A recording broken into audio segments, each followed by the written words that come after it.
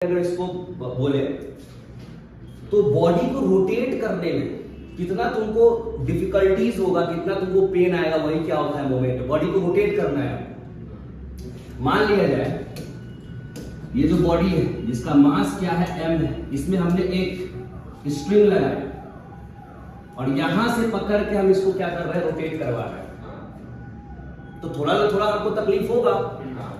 अब अगर हम इस स्ट्रिंग को थोड़ा ज्यादा बड़ा कर दिए, अब बताओ कि दोनों में मास सेम है, मास सेम है, तो दोनों को रोटेट करवाने में अलग अलग मेहनत लगेगा कि एक ही मेहनत लगेगा? अलग अलग मेहनत लगेगा। ठीक है, क्यों सर? डिस्टेंस ज्यादा हो गया। अच्छा ठीक है, अगर डिस्टेंस सेम कर दें, डिस्टेंस सेम कर दें और बॉडी का मास बड़ा कर दें, बॉडी का मास बड़ा कर दें, फिर भी ज्यादा मेहनत लगेगा हमको इसमें। तो इसी के बारे में पढ़ना। अच्छा एक चीज और है सर, ठीक है सर, एक तो हो गया आपका मास, मास पर डिपेंड करेगा मोमेंट ऑफ इनर्शिया। एक तुम्हारा हो गया ये डिस्टेंस, इस पर भी डिपेंड करेगा मोमेंट ऑफ इनर्शिया। लेकिन क्या होगा, सुनो, अगर हमारे पास बच्चा रिंग है और एक के पास डिस्क है, एक रिंग है और दूसरा हमारे पास डिस्क है, दोनों का सेम मास है, दोनों का सेम मास है, दोनों का सेम रेडियस है, दोनों का सेम रेडियस है। अब बताओ किसको घुमाने में ज्यादा मेहनत लगेगा? सेम लगेगा, कम लगेगा, ज्यादा लगेगा? किसमें किसमें? रिंग में कि डिस्क में? आगे अगर प्रूफ करना है, रिंग का जो मोमेंट ऑफ इनर्शिया होता है वो होता है बच्चा mr² और डिस्क का क्या होता है, mr²/2।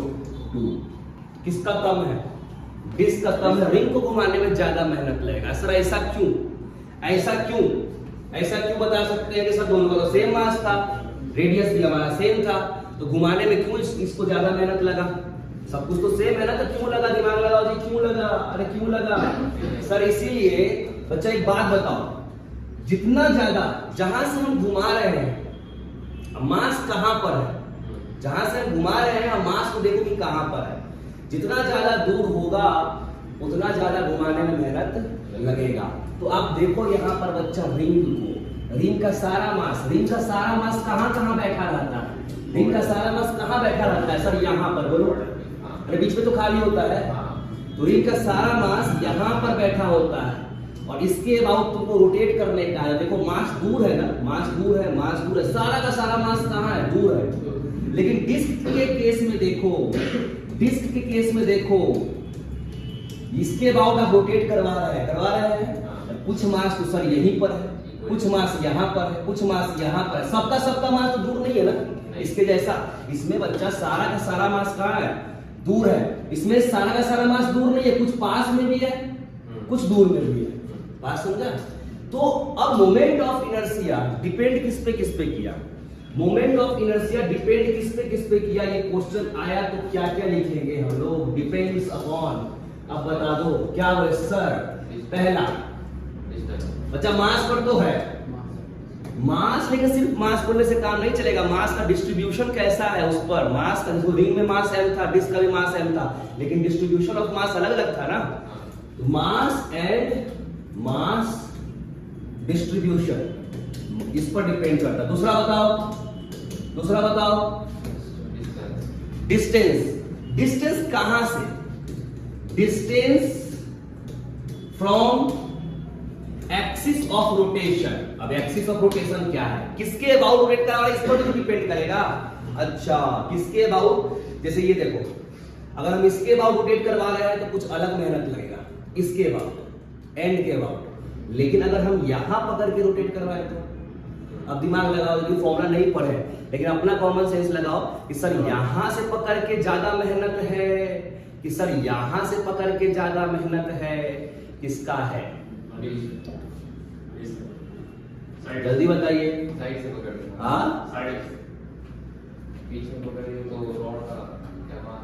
फिर से जो अभी हम मास डिस्ट्रीब्यूशन बताया उसी पर दिमाग लगाओ ना। अरे तुम यहां से पकड़ा, सारा का सारा जो मास है, यहाँ देखो ये पोर्शन, यहाँ इतना इतना पोर्शन, मास डिस्ट्रीब्यूशन को देखो। और तुम यहां से पकड़ता है तो आधा इधर और आधा इधर है, लेकिन तुम अगर यहां से पकड़ता एंड से तो दूर हो गया कि नहीं मास, हो गया ना। तो इसके अबाउट मोमेंट ऑफ इनर्शिया क्या होता है, ज्यादा होता है। इस यहां से पकड़ के घुमाने में तुमको ज्यादा मेहनत लगेगा, बट यहां से पकड़ के तो तुम ऐसा सवाल ना मास डिस्ट्रीब्यूशन वाला तुम खुद से कॉमन सेंस से कर सकते हो। फॉर्मूला है आगे सबका, फॉर्मूला प्रूव करने का है। तो एक्सिस ऑफ रोटेशन पर भी डिपेंड करेगा सर आप किसके अबाउट रोटेट करवा रहे हैं, एक्सिस ऑफ रोटेशन। और एग्जांपल ले लो बच्चा, देख लो, फिर से सोच के बताओ, सोच के बता। अभी फॉर्मूला तो नहीं जानते, लेकिन कॉमन सेंस से बताना है किसका ज्यादा होगा किसका कम होगा। तो ये हमारे पास रहा डिस्क, ये हमारे पास रहा डिस्क, दो डिस्क है।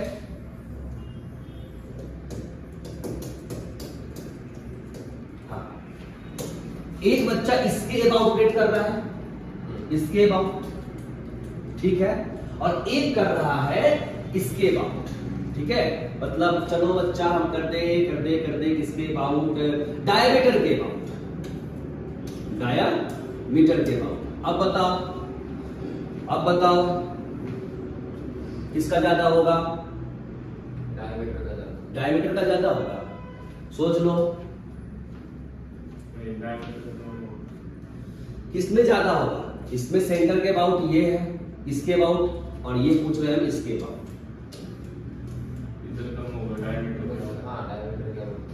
क्यों क्यों? हाँ बिल्कुल, इसमें अगर ध्यान से देखो तो मास डिस्ट्रीब्यूशन इसमें जरा ज्यादा दूर है। ये देखिए, ये पॉइंट, ये पॉइंट, ये पॉइंट, ये पॉइंट, ये पॉइंट, ये पॉइंट, ये पॉइंट, ये सब जो पॉइंट है, ठीक है, ये सारे जो मास है, ठीक है। और यहां पर देख लो, इसमें मास डिस्ट्रीब्यूशन यहां पर, इसमें मास डिस्ट्रीब्यूशन यहां पर, इसमें मास डिस्ट्रीब्यूशन यहां पर, ठीक है। तो कॉमन सेंस से हम लोग कर सकते हैं बच्चा, कॉमन सेंस से कर सकते हैं किसका कम है किसका ज्यादा है। तो डिपेंड किस पे करता है, मास एंड मास डिस्ट्रीब्यूशन पर, distance from axis of rotation, और एक्सिस ऑफ रोटेशन कौन सा है इस पर भी डिपेंड करता है मोमेंट ऑफ इनर्शिया। अब मोमेंट ऑफ इनर्शिया है क्या सर, मोमेंट ऑफ इनर्शिया है क्या, मोमेंट ऑफ इनर्शिया है क्या बच्चा, मोमेंट ऑफ इनर्शिया है क्या। तो देखो इसका फॉर्मूला निकालने की हम कोशिश करते हैं, ध्यान दो बच्चा। ये कोई रैंडम सा बॉडी है तुम्हारे पास, और इसको तुम रोटेट करवा रहा है किसके अबाउट, किसके अबाउट रोटेट करवा दे, ये जो पिंक कलर का दिख रहा है इसके अबाउट हमने इसको ओमेगा दे दिया, ओमेगा दे दिया, ठीक है। तो सर्कुलर मोशन में हम पढ़ चुके हैं कि अगर किसी भी बॉडी को ओमेगा दे दिए तो बॉडी का हर एक पार्टिकल के पास ओमेगा है, सबका सेम ही है।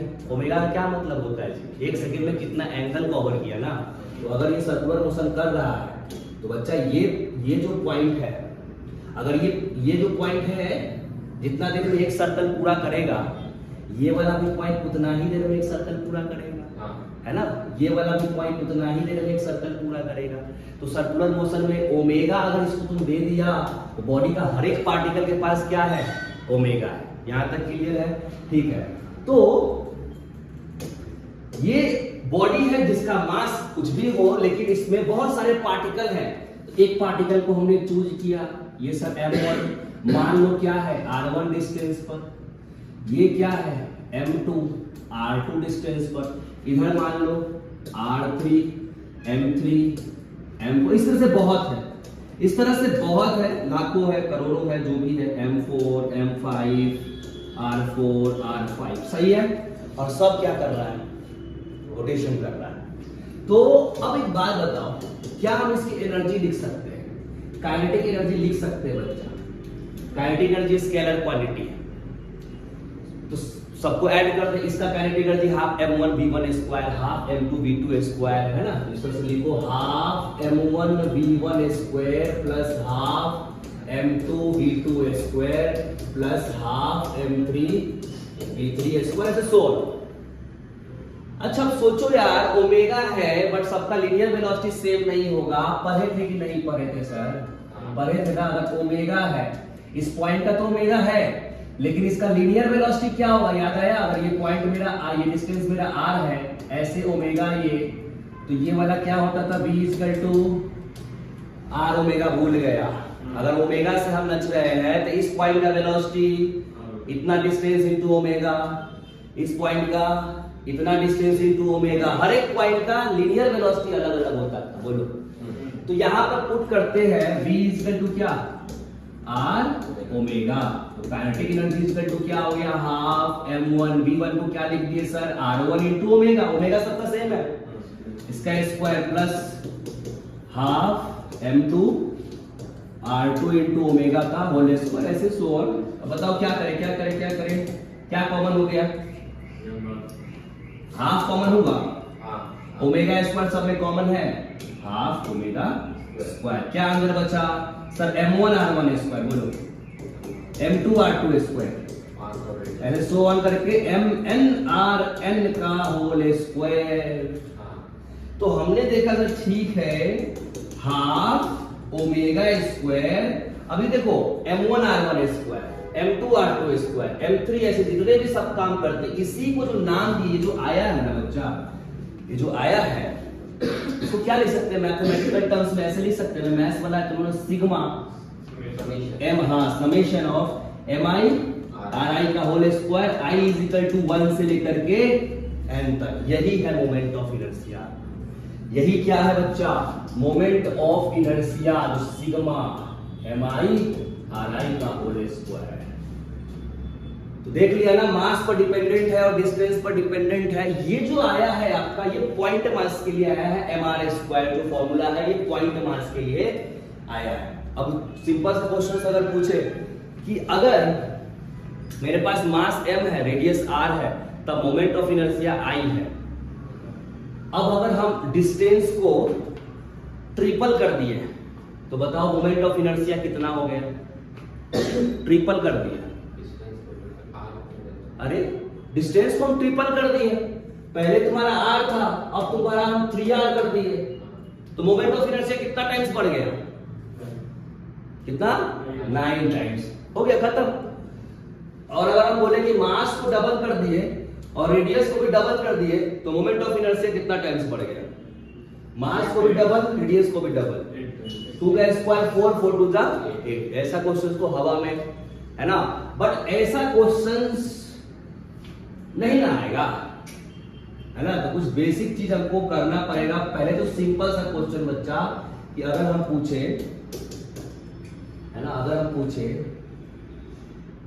ये m1 है, ठीक है सर, ये वाला m2 है r1 पर, ये वाला m3 है r3 पर, और यहां वाला r4 है, और इसके अबाउट हमको रोटेट करवाने का है, ठीक है, ओके। तो अब आपको मोमेंट ऑफ इनर्शिया निकालना है। अच्छा, मोमेंट ऑफ इनर्शिया क्या होता है, मोमेंट ऑफ इनर्शिया क्या होता है, mr स्क्वायर, बताओ तुमने पढ़ा है, I इज इक्वल टू, बताओ सबसे पहले इसका मोमेंट ऑफ इनर्शिया क्या होगा, जीरो, क्यों जीरो होगा, एक्सिस ऑफ रोटेशन पर, एक्सिस ऑफ रोटेशन पर चूंकि सर ये पॉइंट मास है, तो ये डिस्टेंस परपेंडिकुलर डिस्टेंस क्या है, बहुत ही कम है, तो इसका जीरो। तो अगर किसी भी एक्सिस ऑफ रोटेशन से पूछ रहा है ना, और उस पर कोई भी मास है, तो उसका मोमेंट ऑफ इनर्शिया जीरो। अच्छा, इसका क्या होगा, m2 r1 स्क्वायर, इसका और इसका, अब लेकिन सर एक इधर था एक इधर था, माइनस नहीं किए, हाँ क्यों नहीं किए, हाँ सर क्योंकि वेक्टर थोड़ी है, ये कौन सा क्वांटिटी है, स्केलर क्वांटिटी है। मोमेंट ऑफ इनर्शिया के पास डायरेक्शन थोड़ी होता है कि सर हम इस डायरेक्शन में घुमाएंगे तो ज्यादा मेहनत है, इस डायरेक्शन में घुमाएंगे तो कम मेहनत है, ऐसा तो नहीं है ना, ये स्केलर क्वांटिटी है, इसको डायरेक्शन से मतलब नहीं है। सिंपली आप जितने भी सबको क्या करेंगे, ऐड करेंगे। तो अभी ये वाला ये क्वेश्चन ये तो इजी हो गया। ये बनाओ, अगर तुम्हारे पास स्क्वायर है बच्चा, स्क्वायर है, ये ए और ए, और यहां वाला मास भी m, यहां वाला भी मास m, यहां वाला भी मास m, यहां वाला भी मास m। सबसे पहले हम तुमसे पूछे, नाम दे देते हैं ABCD। चलो बोलते जाएंगे। मोमेंट ऑफ इनर्शिया अबाउट हम तुमसे पूछेंगे AB, moment of inertia about AB। तो बच्चा यानी किसके अबाउट पूछे, इसके अबाउट पूछ रहे हैं मोमेंट ऑफ इनर्शिया। बताओ किसका किसका जीरो सर, जीरो हाँ, zero zero plus MA square, और ये भी डिस्टेंस हमेशा परपेंडिकुलर डिस्टेंस लेते हैं, ये ध्यान में रखने का है। अगर नहीं दिया हो तो परपेंडिकुलर करो उसको। तो एमए स्क्वायर प्लस में एमए स्क्वायर कितना आया? अरे सर ये तो इजी है, ये तो इजी है। चलो तो moment of inertia about AD बताओ, एडी बताओ, एडी ये भी जीरो, ये भी जीरो, एमए स्क्वायर और एमए स्क्वायर, तो zero plus zero MA square plus MA square कितना आ गया? 2ma square. अच्छा सर ये इजी है, ये इजी है, इसके बाद भी क्या हो जाएगा? 2ma स्क्वायर, इसके बाद भी 2ma स्क्वायर। ये करके बताओ फिर मानेंगे ना। अगर हम पूछ दिए बच्चा इसके अबाउट तो क्या करेगा? तो क्या करेगा? डायगोनल के अबाउट पूछ दिए, देखो डायगोनल के अबाउट पूछ दिए। अब इसका नाम क्या है? BD, moment of inertia about BD. अब कौन जीरो हुआ? हुआ कि नहीं? ये जीरो, ये जीरो। अरे सर आप डिस्टेंस कौन सा लेंगे? कौन सा लेंगे डिस्टेंस? m इंटू ये वाला डिस्टेंस।